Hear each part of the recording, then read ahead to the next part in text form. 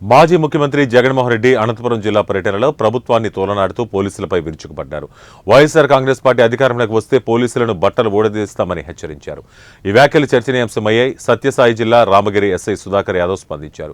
పోలీసులంటే అలుసుగా తీసుకోవద్దు, యూనిఫారం ఉద్యోగం ఉత్తినే రాలేదన్నారు.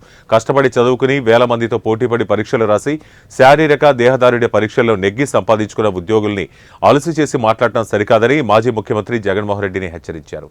బట్టలు ఊడదీస్తామని బెదిరిస్తే అరటితొక్క కాదని గుర్తుంచుకోమని స్ట్రాంగ్ వార్నింగ్ ఇచ్చారు. ఈ వ్యాఖ్యలు ఇప్పుడు తెలుగు రాష్ట్రాల్లో సంచలనంగా రేకెత్తిస్తోంది. ఎక్కడ చూసినా ఇదే అంశంపై చర్చిస్తున్నారు. ఇంతకీ ఆ ఇద్దరి మాటలను వన్ టీవీ మాటకు మాటలో చూద్దాం. చంద్రబాబు నాయుడు గారి పరిపాలన సాగదు. చంద్రబాబు నాయుడు గారి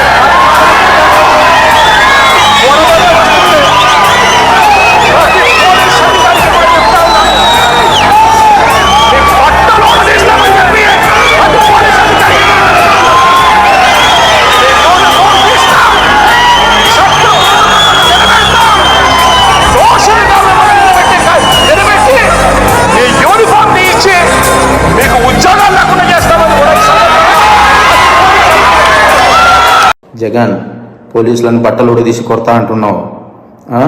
పోలీసులు ఏమన్నా నువ్వు ఇస్తే వేసుకున్న బట్టలు అనుకున్నావా? కష్టపడి చదివి రన్నింగ్ రేసుల్లో ఎగ్జామ్స్లో పాస్ అయి ఎన్నో వేల మంది పోటీ పరీక్షల్లో నెగ్గి వేసుకున్న యూనిఫామ్ ఇది. నువ్వెవడో వచ్చి ఉడదీస్తా అంటే ఉడదీయడానికి ఇదేమి అరటి తొక్క కాదు.